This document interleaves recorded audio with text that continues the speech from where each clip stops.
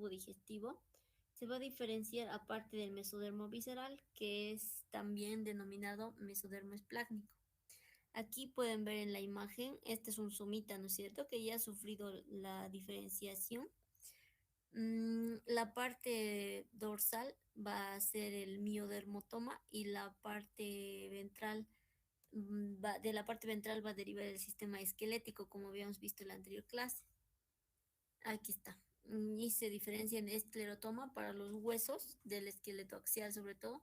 Y el dermomiotoma recibe este nombre porque va a formarse la piel y los músculos en su mayor parte. Y aquí podemos ver en la imagen de embrión a corte microscópico, igual un somita diferenciado en dermomiotoma y en esclerotoma. Como habíamos dicho, aquí el músculo esquelético, que es una gran parte del sistema muscular, va a derivar del mesodermo paraxial. El músculo liso de la hoja esplácnica o mesodermo visceral también se llama. Entonces le pueden asociar mejor, ¿no?, a los intestinos. Y el músculo cardíaco también va a derivar del mesodermo esplácnico. Entonces, para empezar, el músculo esquelético, la musculatura de la cabeza se va a desarrollar a partir de los somitómeros.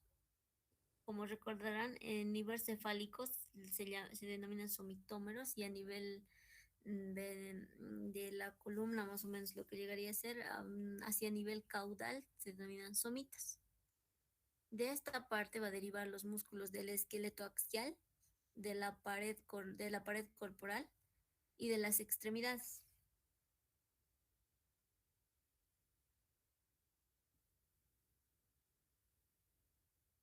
Desde la región occipital y hacia región caudal, como habíamos dicho, se diferencian en somitas, y de aquí van a diferenciarse en dermomiotomas, que son formadores de músculo, sobre todo el extremo distal y el extremo medial. La región dorsolateral de una somita va a ser estimulada por el MIOT2, que es un regulador, y va a migrar a porciones de las células, a porciones de las extremidades, donde se estaba formando las extremidades, el esqueleto de los huesos largos. Entonces va a migrar a su periferia para formar lo que se denomina los músculos del brazo y el antebrazo.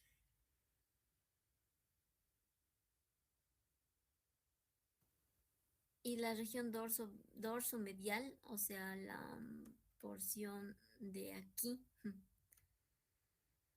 va a formar las células, van a formar el dermatoma o el miotoma, estimulado por el regulador MIF5, M de músculo, ¿no? Como el MIOT también. Se forma esta musculatura de la columna vertebral. Entonces tenemos que de esta parte, aquí se ve mejor, perdón. De esta parte va a formarse la musculatura del sistema vertebral y de esta parte del sistema esquelético, más que todo de las extremidades. Y aquí tenemos una gráfica de la regulación molecular y los principales reguladores que tenemos que tomar en cuenta y recordar son ¿qué es la proteína morfogénica ósea o BMP4 que habíamos estudiado, ¿no? Antes ya en los otros temas. También el factor de crecimiento de fibroblastos. Y tenemos otro importante en esta parte que es el WNT.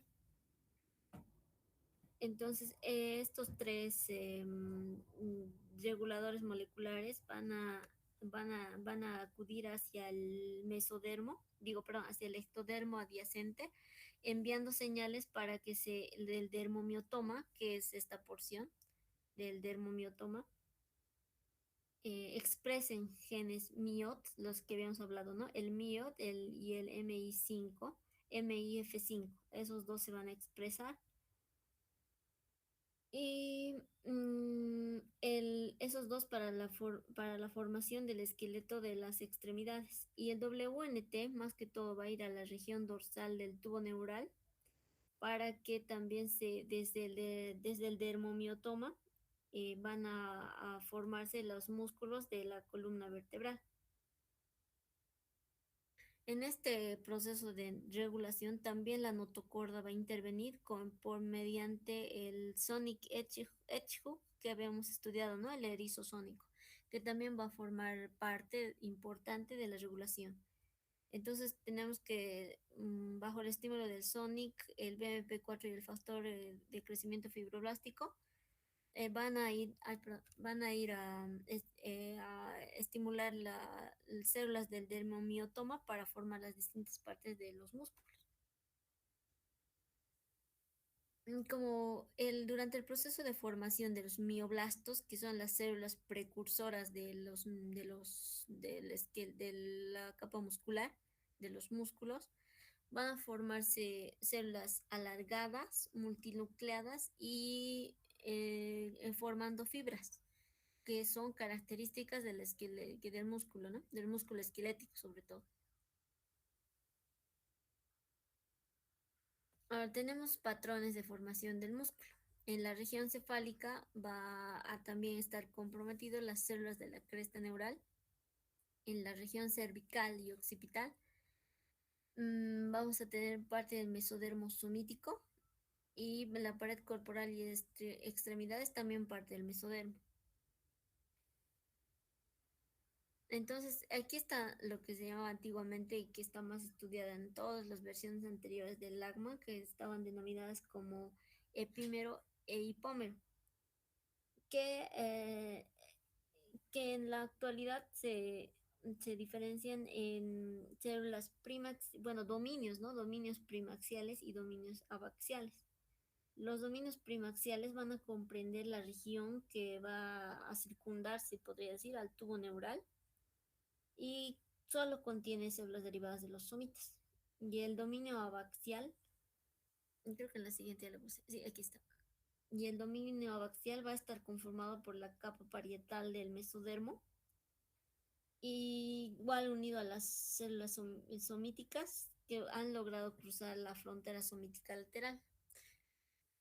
La anterior clasificación que las dividía era más que todo por su inervación, porque el ramo primario dorsal inervaba a los músculos que denominaban este grupo llamado epímero, y el ramo primario ventral inervaba al hipómero. Entonces, en eso se clasificaba la musculatura de la pared, de todo el tórax. Pero ahora ya no se utiliza el término epímero, digo epímero e hipómero. La nueva descripción es más que todo de origen embrionario, ya no toma en cuenta la inervación con el estudio, ¿no? Que hay ahora más minucioso. Y como les había dicho, se dividen en células abaxiales y primaxiales. Igualmente, los músculos epiaxiales, como era en el epímero, están inervados por el ramo primario dorsal, y los músculos de las primaxiales están inervados por el ramo primario ventral. No sabemos que tuviera cambiado de nombre por el origen embriológico.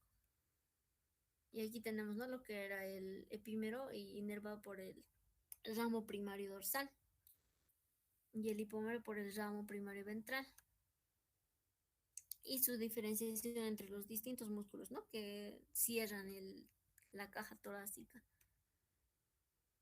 Ahora tenemos aquí los músculos que van a corresponder a la columna vertebral.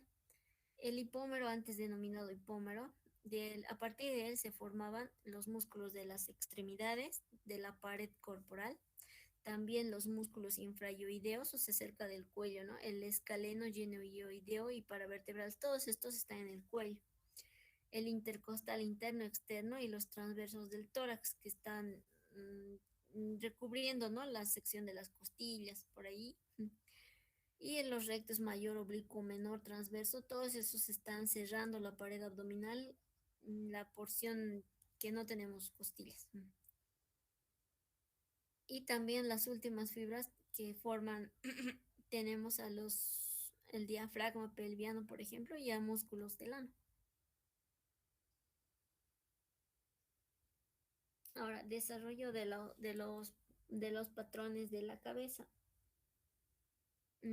Tenemos que todos los músculos están controlados por el tejido conectivo, el cual migra a los mioblastos.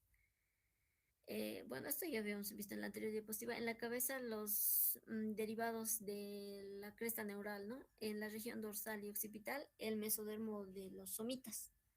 Y en la pared corporal va a intervenir la capa parietal del mesodermo de la placa lateral. Esto en el desarrollo de los patrones musculares. Y aquí tenemos el origen de somitas de los músculos que habíamos hablado hace un momento, ¿no? Y su inervación. Tal vez para que tengan conocimiento, ¿no? Todos los que hemos mencionado hace un momento. Y de qué somita proviene cada uno. Y en músculos de las extremidades tenemos que cuando aparecen los esbozos de las extremidades, migran las células, ¿no? Que van a formar los músculos del miodermotoma. Esto más o menos se observa en la séptima semana del desarrollo. Entonces, por condensación del mesénquima cerca de las yemas, que vamos a ver un momento en qué semana se forman, estas yemas que en un futuro van a formar las extremidades. Todo este mesénquima va a provenir de los somitas, como ya habíamos dicho en un principio. Y primeramente se diferencia el tejido conectivo para luego formar las mioblastos y luego los músculos estriados maduros. Y aquí tenemos, ¿no? Cómo se desdobla en flexores y extensores los músculos del diferente esqueleto. Aquí tenemos los músculos estas son las yemas que vamos a ver un momento en el esqueleto, en las extremidades. El músculo de la extremidad, los extensores y los músculos flexores en su inicio, ¿no? Dentro de la formación de la yemita de los embriones. Y aquí tenemos que los esbozos de las extremidades se van a encontrar a cada lado, o sea, en lados opuestos del segmento del embrión. Los esbozos de las extremidades inferiores van a estar frente a los 4 lumbares inferiores y los 2 sacros superiores. Aquí tenemos los esbozos. Este es el esbozo primario del músculo, digo, de la extremidad superior y de la extremidad inferior. Y ya, vamos a hablar del músculo cardíaco. El músculo cardíaco se va a desarrollar a partir del mesodermo visceral, como habíamos dicho en un principio, ¿no? El mesodermo visceral o esplácnico, que también se llama. Los mioblastos, que son las células primordiales, se van a adherir formando discos intercalares. Luego se van a desarrollar fascículos de células musculares especializadas o células de conducción llamados fibras de Purkinje o como ustedes desean llamar, que va, que va a constituir el sistema conductor del corazón, o sea, por donde viaja el estímulo nervioso para la contracción rítmica del sistema cardíaco. Aquí tenemos músculo cardíaco, que es parecido al estriado, solo que tiene pequeñas diferencias histológicas. Y tenemos músculo, que es células de conducción de las fibras de Purkinje. Todo este sistema va a derivar del mesodermo esplácnico o visceral. Un ratito voy a tomar agua, que me ha hecho un poco.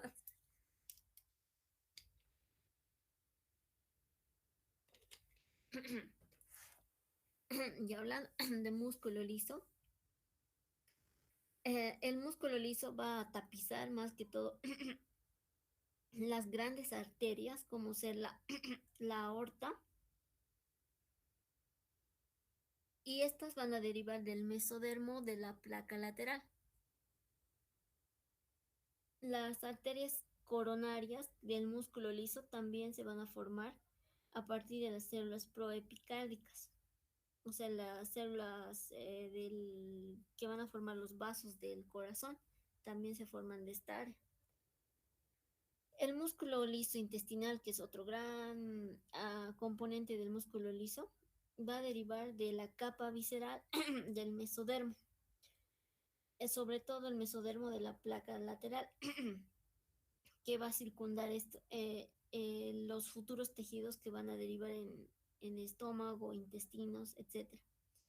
Y otro, los músculos, estos dos grandes grupos de los vasos y del sistema digestivo van a derivar del mesodermo de la placa lateral, pero los dos músculos que son el músculo del esfínter y el dilatador de la pupila, y además de los músculos de las glándulas mamarias, van a derivar del ectodermo. Solo estos tres, ¿no? Con excepción. Luego todos derivan del mesodermo esplácnico. Y aquí en este cuadrito lo encontré para las diferencias de los tipos musculares. El mesodermo somático va a proporcionar el músculo liso de las paredes de los vasos sanguíneos, ¿no? Eso nos ha quedado claro. Y del sistema digestivo.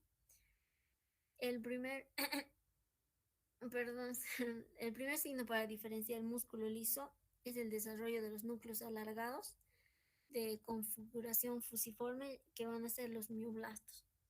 Y otro tal vez punto importante que no está aquí, que solo el músculo estriado de la pupila, el músculo del esfínter de la pupila, de las glándulas mamarias y del esfínter de la pupila van a derivar del ectodermo. Dentro de las consideraciones clínicas del sistema muscular,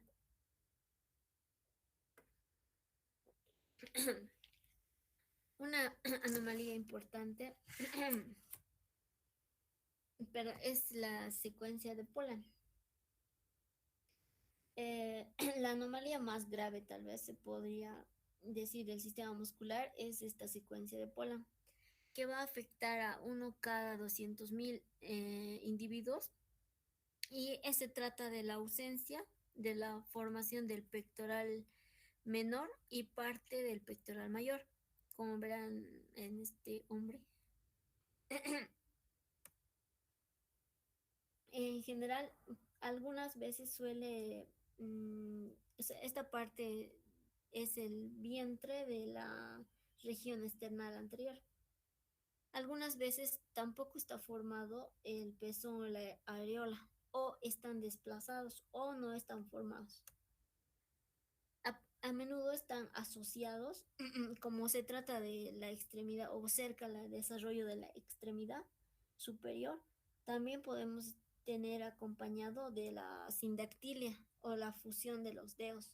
También puede estar acompañado de braquidactilia, que es el acortamiento de los dedos. Y esto se da en el lado afectado de la genesia, perdón, de la hipoplasia del músculo pectoral. Como verán, este lado es donde tiene la ausencia de los músculos, y ese lado es el que tiene en el ejemplo la alteración de los deditos, ¿no? Con sindactilia. Otro síndrome importante es el síndrome de Brun-Belly, o también llamado síndrome de abdomen en ciruela pasa. Esto está principalmente asociado a malformaciones de las vías urinarias. Por ejemplo, la parte de la vía urinaria es la vejiga, ¿no es cierto? Entonces, en estos bebés, por alguna razón, o lo más frecuente es las obstrucciones, se dilata tanto su vejiga en el vientre materno que va a distender la pared abdominal, como verán, y van a hacer que no se desarrollen los músculos del abdomen. Entonces, por esta razón, cuando nace el bebé y le drenan la orina que tenía el bebé, Entonces queda el abdomen así arrugadito, por eso también se llama abdomen en ciruela pasa. Como no ha habido desarrollo muscular en esta parte, entonces en estos bebés se ve los intestinos, se puede palpar con facilidad los órganos del abdomen. Y lo más importante es que esto está asociado, ¿no?, a malformaciones de la vía urinaria, sobre todo de la vejiga. Mm, Otra anomalía del sistema muscular es la distrofia muscular. Como verán, no hay un desarrollo igual en estos dos dibujos, ¿no? En una distrofia son trastornos musculares que producen desgaste muscular progresivo y debilidad. O sea que el músculo no va a crecer, al contrario, va a debilitarse a lo largo del crecimiento del niño que esté asociado. Y dentro de las principales tenemos dos: la distrofia muscular de Duchenne y la distrofia muscular de Becker. La distrofia muscular de Duchenne es la más común y ocurre entre 1 a 40.000 a 4.000 varones, perdón, hay un cero de más. Uno cada 40.000 varoncitos nacidos vivos. ¿Y por qué digo varoncitos? Porque está asociado al gen X. Mm, Entonces, el trastorno va a heredarse de la mamá y va a afectar a los varones porque ellos tienen solo un cromosoma X. Entonces, por eso es con mayor frecuencia, porque es un trastorno recesivo ligado al cromosoma X. En la mujer tiene dos X, entonces como solo uno está afectado, se expresa solamente a veces el X que está bueno. En cambio, el varón, como tiene solo un cromosoma X, entonces se expresa el gen recesivo que está ligado a esta patología. Entonces, como verán, es un defecto ligado al cromosoma X por anomalía por alteración o por mutación del gen distrofina que vemos aquí. Esta distrofina está encargada de la unión del citoesqueleto con la matriz extracelular. Entonces, progresivamente va a haber un deterioro y tiene una forma clásica, ¿no? Los que tienen esta enfermedad que van perdiendo la capacidad de movilidad a medida que crece. Tienen atraso del habla, debilidad muscular que poco a poco necesita hasta de silla de ruedas. Tienen la característica marcha de pato, etcétera. Tienen como se podría decir, se degeneran rápidamente estos bebés y pueden llegar a morirse en edad adulta. Y la displasia de muscular de Becker es parecida, pero eh, es menos grave. La displasia de Duchenne la displasia de Duchenne no sintetiza nada de esta distrofina. La de Becker, al contrario, sintetiza distrofina funcional en poca cantidad. Entonces, como no hay distrofina funcional en la de Duchenne, el inicio de las alteraciones es más rápido, o sea, los 5 añitos ya tienen, ¿no?, características de esta enfermedad, en comparación con los que tienen displasia de Becker, que inclusive hasta los 25 años puede presentarse las características clásicas.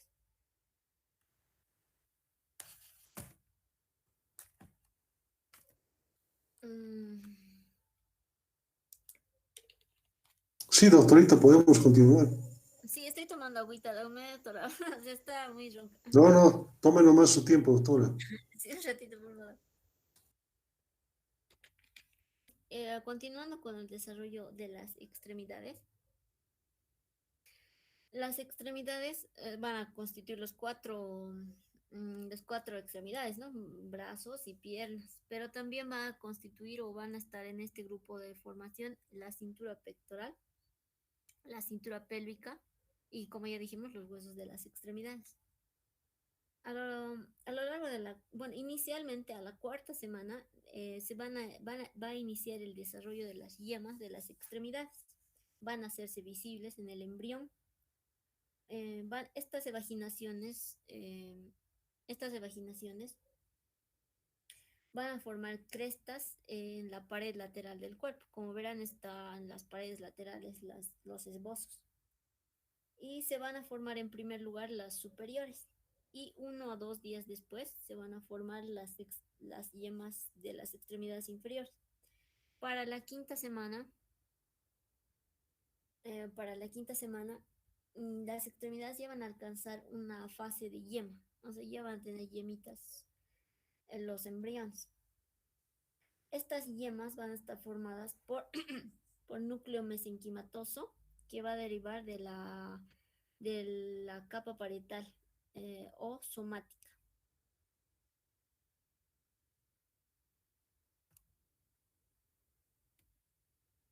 Y a la sexta semana van a iniciar a formarse los modelos cartilaginosos. Los modelos cartilaginosos en lo que llamamos y habíamos estudiado en el esqueleto axial como osificación endocondral.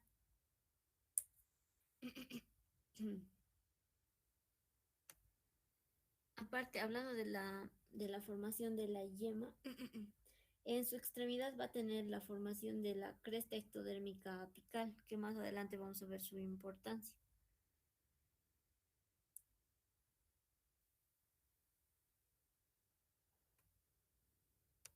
Mm, Ya en esta parte, no tengo un dibujito, pero el embrión a las 6 semanas ya tiene las yemas, dijimos, ¿no? Estas yemas se van a aplanar y van a formar placas. Estas placas van a ser las placas de los pies y las placas de las manos.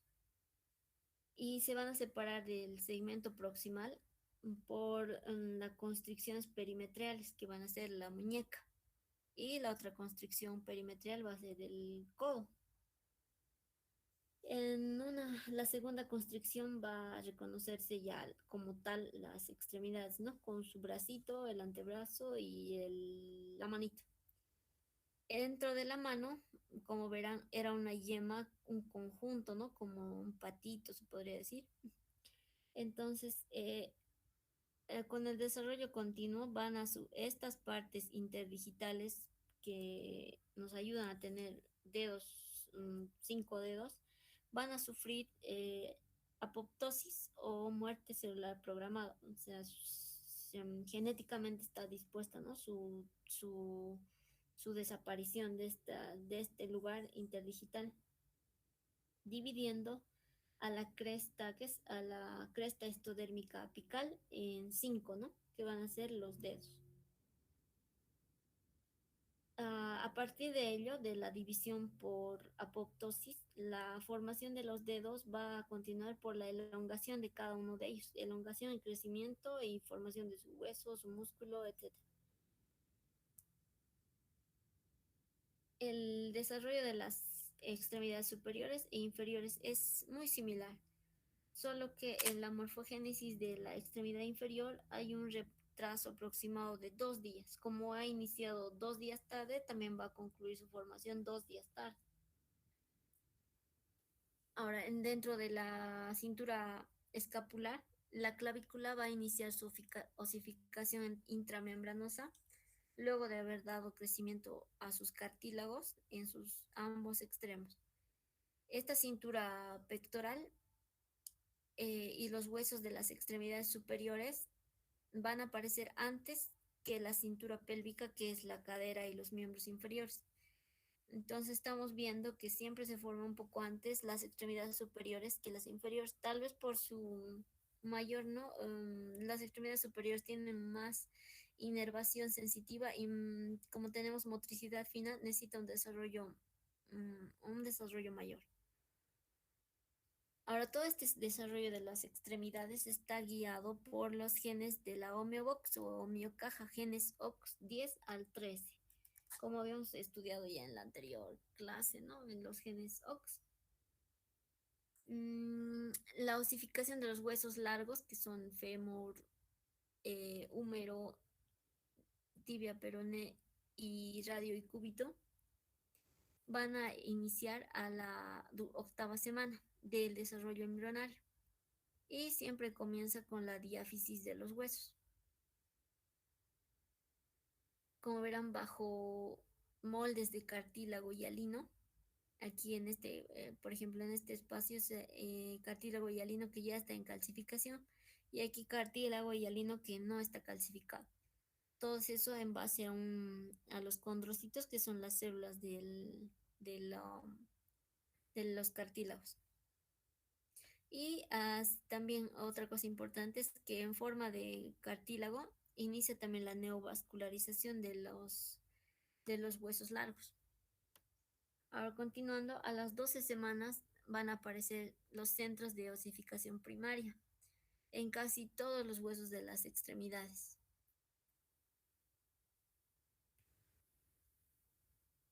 Otro dato importante es que, ay, perdón, es que las clavículas se van a osificar antes que todos los demás huesos del cuerpo. Los fémures van a continuar en osificación. Ahora, ¿qué es un centro de osificación primaria? Es el centro que indica la transición entre cartílago y hueso así como tal, ¿no? Con su calcificación. Y esta es una gráfica de cómo el crecimiento es primero en cartilaginoso y luego poco a poco va a ir hacia los extremos, va a ir osificándose. Ahora, otro dato que los huesos de las rodillas van a ser los otros centros que van a iniciar, o sea, van a ser los primeros también en los centros de osificación secundarios. Dentro de estos centros de osificación secundarios, el primario en el miembro inferior es el fémur. Los secundarios van a ser la tibia y el peroné. Y aquí tenemos un huesito para que se den cuenta todo lo que es la parte larga, se podría decir, de un hueso es la diáfisis y la epífisis es la región con la cual nacemos en forma de cartílago para luego del desarrollo del niño y adolescente, recién es el último en osificarse en la vida extrauterina. Ahora, dentro de las correlaciones o consideraciones clínicas de este tema, vamos a tener la edad ósea. Como dijimos, los huesos tienen distintos centros de osificación y tiempos de osificación. Y algo que utiliza la medicina, sobre todo la endocrinología, es la edad ósea, donde determinan por la madurez de los centros de osificación la edad ósea que tienen los pacientes para distintas patologías. Y dentro del trastorno de la formación de las extremidades vamos a tener la meromelia. La meromelia va a afectar a 6 de cada 10.000 nacidos vivos. Esta enfermedad o esta alteración va a ser mayor en los miembros superiores y poco se va a ver en los miembros inferiores. ¿Qué es la meromelia? Es la ausencia parcial de las extremidades, de una o más extremidades. Ahora tenemos el extremo más severo, que es la amelia, que va a ser la ausencia total de una o más extremidades. Como verán aquí, por lo menos tiene el brazo y el antebrazo y lo que no tiene son manitos. Es una ausencia parcial, le falta el tercio distal de la extremidad. En este caso no se va a formar ninguna parte de las extremidades.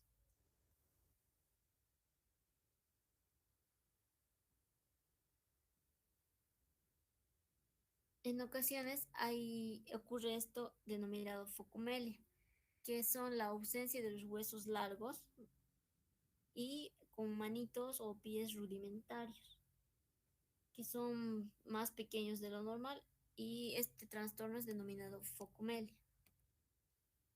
Ahora, otro trastorno es la micromelia.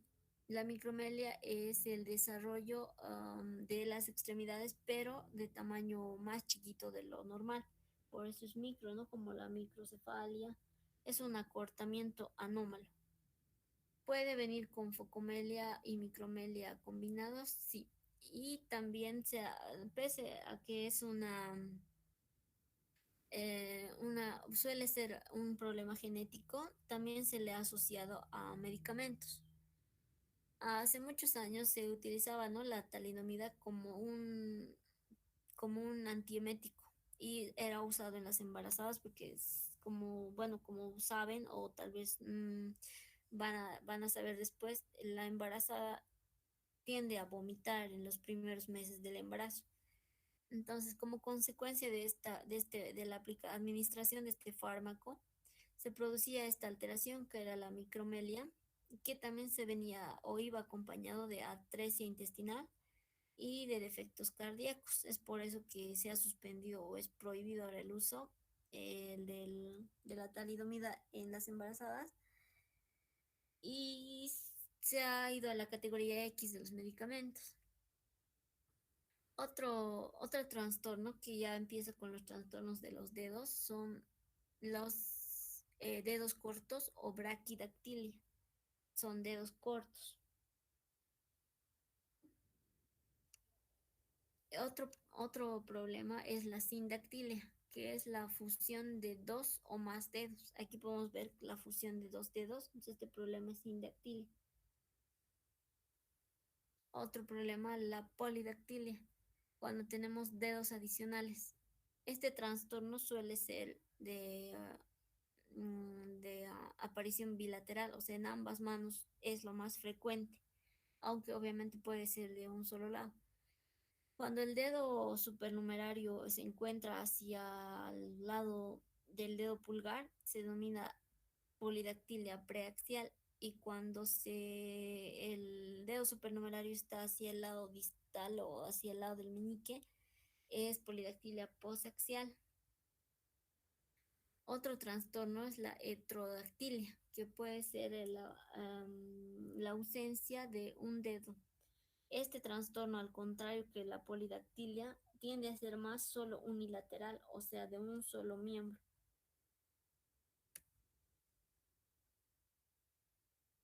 Ahora, el síndrome que va a venir con heterodactilia y, perdón, mano y pie hendidos, este síndrome se caracteriza por una fisura anómala en este lugar porque estos dos dedos, el pulgar y el índice, suelen estar anómalamente fusionados y también suelen estar fusionados el cuarto y quinto dedos.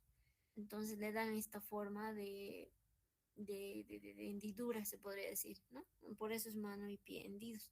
Igualmente en el miembro inferior pasa lo mismo. Así como están fusionados las falanges, también suelen estar fusionados los huesos metacarpianos, o sea, los que están en la muñeca, dando esta imagen característica y la ausencia de un dedo.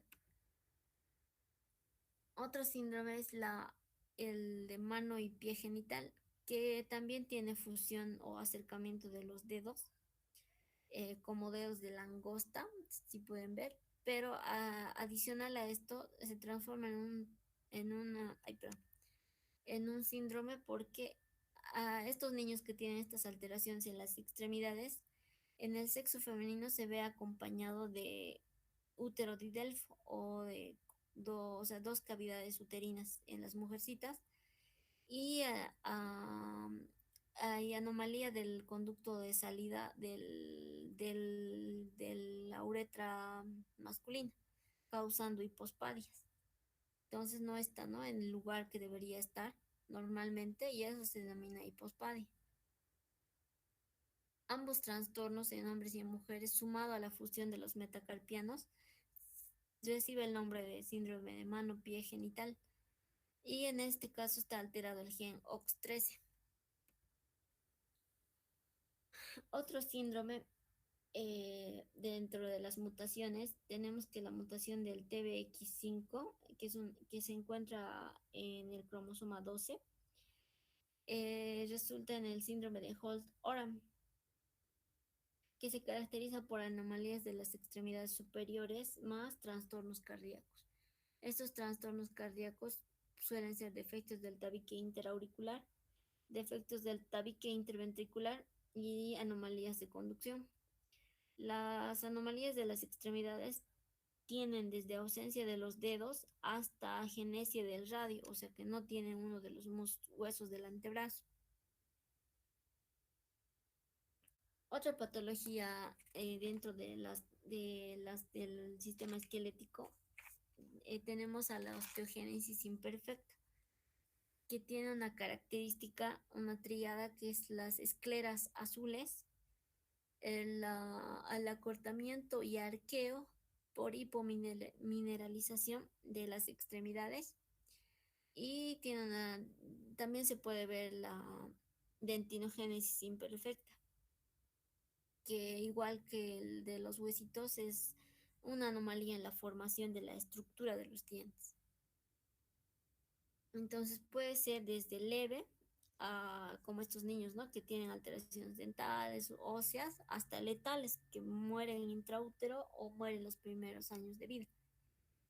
Esta alteración se debe a la mutación de los genes COL A1A1 y COL 1A2. Estos genes van a estimular la producción de colágeno tipo 1 que se ve alterado en los genes imperfectos. Otro síndrome importante es el síndrome de Marfan, que va, que va a ser resultado de la mutación del gen fibrilina. Este gen eh, va, va a ubicarse este gen en el cromosoma 15. Y el fenotipo de los afectados por esta mutación suele ser el fenotipo de altos y espigados, o sea, son personas altas con miembros con extremidades largas, ¿no? Al estilo del palo de bichos. Tienen también sumado alteraciones como ser el pectum excavatum y el pectum carinatum, como ya han visto en la anterior sesión de esqueleto axial, ¿no? Varios han presentado sus artículos de eso. También tiene hiperflexibilidad, o sea que sus articulaciones tienen mayor rango de movilidad que una persona normal. Tiene una característica también complicada que es la luxación del cristalino, por la cual el lente natural, que es el cristalino, sale de su sitio y provoca escotomas y ceguera, y o ceguera, ¿no? Puede desde escotomas o ceguera. Y otra alteración grave de este síndrome de Marfan es la disección aórtica, que por alteración del endotelio vascular va a formarse una alteración de la pared de la aorta, produciendo los problemas respectivos. Otra patología de la alteración del sistema esquelético es la artrogriposis. Como verán, son con fetos con contracturas anómalas. Puede ser debido a tres causas principales. Tenemos que es una secundaria a los defectos neurológicos. Esto que los nervios del asta anterior hay un defecto en su formación y como sabemos los cerros los nervios del asta anterior están encargados de la inervación a los músculos efectores para producir todas las actividades que realizamos. Otro trastorno sería las anomalías musculares, falta o agenesia de formación de músculos, etc. Y otro también debido a problemas articulares, sinostosis, que es la dificultad del movimiento de las articulaciones. Como verán, puede haber casos leves, como este bebé que tiene contracturados las manitos y este que prácticamente ha contracturado todo el sistema axial y las extremidades. El equinovaro o pie sambo es una deformidad que usualmente es de origen idiopático, pero se ha asociado a herencia familiar en un 25%. Es por eso que se ha planteado dentro de los estudios que puede ser debido a una alteración de un gen, que en este caso va a ser el PIT-X1. También puede ser causado por problemas mecánicos en el vientre materno, como por ejemplo el oligoamnios, que ya han visto también ustedes, que es la disminución del líquido, puede hacer que el bebé no se desarrolle bien, ¿no? Desde su forma hasta su función pulmonar. Y otra patología, se podría decir, es la ausencia congénita del radio. La ausencia congénita del radio, como verán, en este niño no existen los dos huesos del antebrazo, le falta el radio, por lo tanto disminuye su movilidad. Este síndrome de falta de un huesito suele acompañarse la craneosinostosis, como verán al lado, y ya vieron el anterior, ¿no? Hartos hablaron de la craneosinostosis, que es la fusión prematura de las articulaciones del cráneo, que hasta el nacimiento deberían todas estar con movilidad. Esto también te llama síndrome de Baller-Gerald o síndrome de craneosinostosis, ¿no? Cuya fusión anómala de la articulación sagital nos da bebés dólicos cefálicos y el cierre, ¿cómo no sería cierre? La fusión prematura de la sutura coronal nos da bebés braquicéfalos, que ya han visto, ¿no? Que por eso lo menciono así de pasadita. Otro trastorno serían las vidas amnióticas, que pueden causar constricciones en anillo y pueden llegar desde constricciones como la que ven aquí hasta amputaciones de las extremidades. El origen de las bridas, como ya habíamos dicho en clases anteriores, no son teorías del origen, ¿no? Que pueden presentar desde adherencias naturales que hace el amnio a las estructuras fetales y también pueden ser por microdesgarros en el líquido amniótico de causas variadas, ¿no? Entonces esto crea una banda, digamos, banda amniótica, una brida, o sea, como un hilito que se genera dentro del líquido. O sea, el líquido amniótico está envolviendo al bebé, ¿no es cierto? Para protegerlo del medio externo, darle calor, servir como un medio de desarrollo. Entonces ahí no tenemos nada más que la placenta y su cordón, pero cuando tenemos las bridas amnióticas son como telas de araña, por ejemplo, para que me entiendan, que van a envolver distintas partes del cuerpito del bebé, produciendo, como habíamos dicho, amputaciones de las extremidades o disminución de su desarrollo por disminución del flujo hacia ese lugar. Bueno, Doc, gracias, eso es todo. Ya, muchas gracias. Miren, jóvenes, la señorita que se acaba de unir, ¿cuál es? ¿Cómo se llama? Lucía aparecido. Hola. Doctor, yo estaba desde el principio de la clase, solo que mi internet está mal y como que se corta y estoy todo el rato actualizando. Ya, está bien. Bueno, gracias, doctora Marisabel. ¿Preguntas?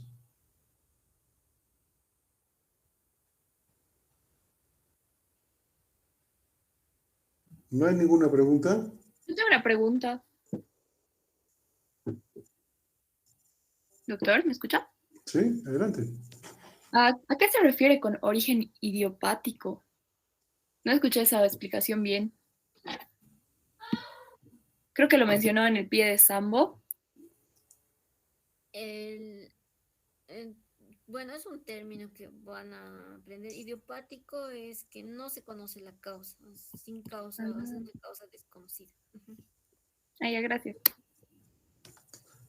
Una elegante forma de decir no sé por qué es. ¿Ya? Perfecto. No todo se conoce, ¿no? En realidad, hay muchísimo por descubrir. Mía.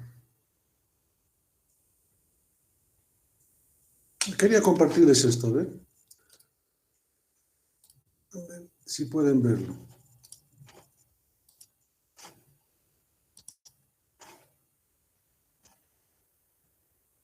¿Lo pueden ver, jóvenes? Sí, doctor. Hablaste de esto, ¿no, Marisabel? No, Ya, creo que de hecho perfecto. Está muy bien. Esto es así. Dice regulación molecular del desarrollo de las extremidades. Dice, la posición de las extremidades en el eje craneocaudal, o sea, yendo de la cabeza hacia los pies, está regulada por los genes OX. Esto es muy importante porque los genes OX determinan, ¿no?, en un modo espacial a qué nivel se localizan las extremidades. No solamente las extremidades, sino casi todo el organismo, ¿no?, está determinada su localización por los genes OX. Esto quiere decir, ¿no?, que su buena expresión hace que nosotros tengamos, ¿no?, los hombros en una posición anterior, ¿no?, y las extremidades inferiores distalmente. Si no, sería un caos, ¿no? Tendríamos en lugar de los brazos una pierna. Bien, entonces estos genes determinan a qué altura se van a originar, van a brotar las extremidades. ¿Ya? Una vez que se ha determinado, ¿no?, a qué altura va a brotar las extremidades, empieza a desarrollarse la posición, o mejor dicho, la regulación de los ejes proximal, distal, anterior, posterior y dorsal ventral. ¿Y cómo lo hace? Recuerden que al principio no hay extremidades. En la cuarta semana aparecen los esbozos, ¿no ven? Entonces ahí juega un papel importante los genes OX. Bien, este brote inicial está dado principalmente por lo que se conoce, ¿no?, por TBX5 y factor de crecimiento fibroblástico 10 para las extremidades superiores. O sea, las extremidades más anteriores del cuerpo son las que se expresan más antes, ¿no? Y lo primero que se desarrolla. Y el TBX4 y factor de crecimiento fibroblástico 10, ¿no?, para las extremidades inferiores. Bien, el factor BMP, o sea, la proteína morfogenética ósea, ¿no?, con su expresión, ¿no?, hace que se inicie la formación del CEA, ¿no? El CEA les he dicho que era la cresta ectodérmica apical, a través de MSX2, otro factor. Ya, entonces aparece el brote y tiene que empezar a crecer, ¿sí? O sea, se forma el eje proximal distal, ¿no? Empieza a crecer. Bien, ¿cómo lo hace? ¿No? Ya. Entonces, de la siguiente forma, dijimos que el CEA, o sea, la cresta ectodérmica apical, ¿no?, a través de la expresión de factor de crecimiento fibroblástico a este nivel, 4 y 8, mantiene las células mesodérmicas subyacentes de manera indiferenciada. ¿Sí? O sea, no tienen ninguna diferenciación. Por tanto, empiezan a multiplicarse y como se acumulan tanto, entonces la extremidad empieza a crecer de manera proximal distal. ¿Sí? Proximal distal. Fíjense que es la cresta ectodérmica apical la que induce esta proliferación, ¿no?, de esta zona de progresión. Entonces, a medida que esta sea, o sea, la cresta ectodérmica apical, se aleja, ¿no?, por crecimiento de estas células, entonces las primeras células que se han originado están cada vez más lejos de esta cresta ectodérmica apical. Al estar lejos, entonces, pierde su acción, ¿ya? Y empiezan a diferenciarse, ¿no?, formando moldes, primero de tejido mesenquimatoso, pues moldes cartilaginosos, ¿no?, moldes óseos, también forman la parte muscular. Bien, acá, el radical fringe, ¿no?, fíjense esta parte amarillita, ¿no?, esta es la parte dorsal del ectodermo, ¿no?, es, digamos, la que induce la expresión, ¿ya?, de SER2, ¿no? Y esta expresión hace que en la punta misma, ¿no?, se formen las células de la cresta ectodérmica apical.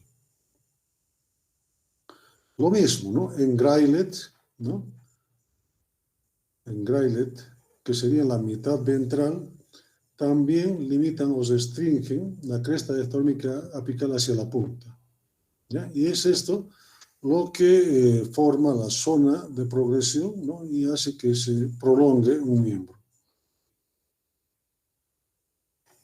Ya, obviamente el miembro, ¿no?, por esa actividad va creciendo de proximal a distal, ¿no? Pero también debe desarrollarse otro eje, que sería el anterior-posterior. El desarrollo del eje anterior-posterior hace que nosotros tengamos el pulgar en el borde radial, ¿no?, y el meñique en el borde cubital, ¿no?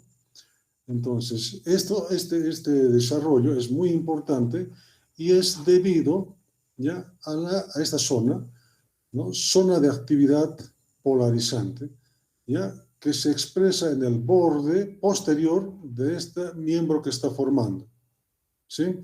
Entonces, solamente de este modo es que nosotros podemos tener este desarrollo del eje anterior y posterior, ¿no? Pulgar hacia adelante, hacia la parte anterior, meñique hacia la parte posterior, ¿ya?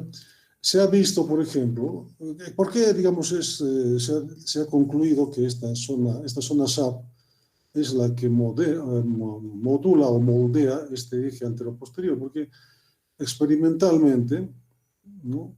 Se ha trasplantado, ¿no? Un segundo o una segunda zona de actividad polarizante hacia el borde anterior. ¿Y qué se ha logrado? Se ha logrado, ¿no? Desarrollar un miembro, ¿no? Que tiene una imagen especular. Quiere decir que no se puede determinar con una inspección cuál es el borde anterior, cuál es el borde posterior. O sea que todos los dedos son exactamente iguales. Sí, dice, ¿no? Duplicación especular de la mano se llama eso. Ya. Además, debe diseñarse el eje dorsal ventral, ¿no? O sea, ya se ha diseñado, ¿no? El eje proximal distal, eje anterior posterior, ahora debe diseñarse el eje dorsal ventral, ¿ya? Entonces, esto está dado principalmente por la acción de Wingles, o sea, WNTA, ¿ya? Que se expresa en el ectodermo dorsal, de tal modo que especifica a estas células como dorsales. No solamente las células, sino también todo el tejido, ¿no? Y solo así nosotros, por ejemplo, tenemos la parte dorsal de un miembro, ¿no? Por ejemplo, el miembro superior, y podemos flexionar hacia adelante nuestro miembro superior, porque hay una buena acción de este WNT7A. Bien, la parte anterior, ¿ya? También está especificada por el Engrailet 1. ¿Sí? Muy bien. No, eso nomás quería decirles, jóvenes. Es la parte más importante en cuanto a la regulación molecular, ¿ya? Del desarrollo de las extremidades. Bien, continuamos entonces. ¿O tienen preguntas? Pueden preguntar, jóvenes.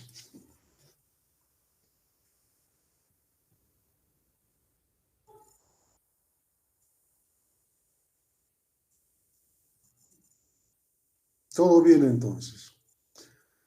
Bien, entonces empecemos con los artículos. Ya empezaremos a desarrollar los artículos.